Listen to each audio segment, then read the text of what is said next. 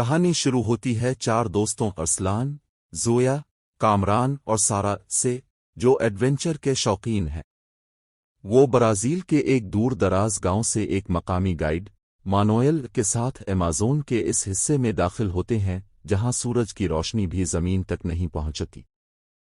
مانوئل انہیں خبردار کرتا ہے، رات کو جب جنگل خاموش ہو جائے تو سمجھ لینا کہ اب پہنچے، جنگل کی روح آس پاس ہے، آواز مت دینا ورنہ مارے جاؤ گے۔ جنگل میں داخل ہوتے ہی انہیں عجیب و غریب آوازیں سنائی دیتی ہیں۔ زویا کو لگتا ہے کہ کوئی اسے پکار رہا ہے، لیکن ارسلان کہتا ہے کہ یہ بندر ہوں گے۔ رات کو وہ کیمپ لگاتے ہیں۔ اچانک جنگل کے تمام کیڑے مکوڑے خاموش ہو جاتے ہیں۔ مانوئل خوف سے کانپنے لگتا ہے۔ درختوں کے بیچ سے ایک بھیانک، لمبی سائے نما چیز گزرتی ہے۔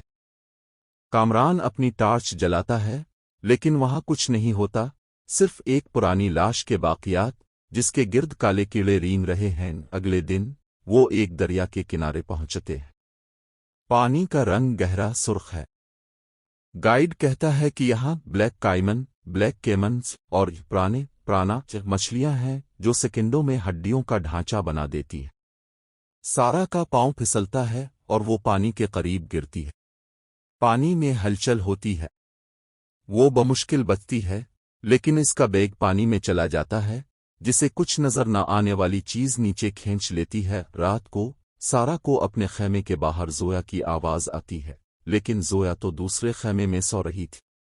وہ باہر نکلتی ہے اور دیکھتی ہے کہ ایک سایہ درختوں میں غائب ہو رہا ہے۔ وہ اس کے پیچھے بھاگتی ہے۔ ارسلان اور کامران اسے ڈھونڈتے ہیں، لیکن سارا کہیں نہیں ملتی۔ مانوئل کہتا ہے، جنگل نے اسے لے لیا۔ اب وہ انسان نہیں رہی۔ باقی تینوں دوست خوفزدہ ہو کر واپس بھاگنے کی کوشش کرتے ہیں، لیکن جنگل کا راستہ بدل چکا ہے۔ ہر طرف ایک جیسے درخت نظر آتے ہیں۔ اچانک انہیں ایک بھیانک سیٹی سنائی دیتی ہے، فن فن فن۔ مانوئل چلوتا ہے، جواب مت دینا، یہ تونچے ہے۔ کامران ڈر کے مارے سیٹی کا جواب دیتا ہے۔ اگلی صبح کامران خیمے کے اندر مردہ پایا جاتا ہے، اس کا چہرہ خوف سے مسخ ہو چکا ہے۔ ارسلان اور زویا بھاگتے ہیں۔ انہیں ایک پرانی، ویران بستی نظر آتی ہے جس کے گرد دیو ہیکل سانپوں ایناکونڈا کی کھالیں لٹک رہی ہیں۔ مانوئل غائب ہے۔ ارسلان اور زویا ایک کشتی میں بیٹھ کر بھاگتے ہیں، لیکن دریا کا بہاؤ انہیں الٹی سمت لے جا رہا ہے۔ ارسلان اور زویا کو سارا نظر آتی ہے جو دریا کے کنارے کھڑی ہے۔ وہ انہیں بلا رہی ہے، لیکن اس کے پاؤں زمین پر نہیں ہیں۔ جیسے ہی وہ قریب پہنچتے ہیں، سارا کا چہرہ ایک بھیانک چڑیل نما مخلوق میں بدل جاتا ہے۔ ارسلان کیمرہ نیچے گراتا ہے۔ آخری منظر کیمرہ دریا کے کنارے پڑا ہے، جس میں ارسلان کی لاش نظر آ رہی ہے، اور آہستہ آہستہ تصویر بلیک ہو جاتی ہے۔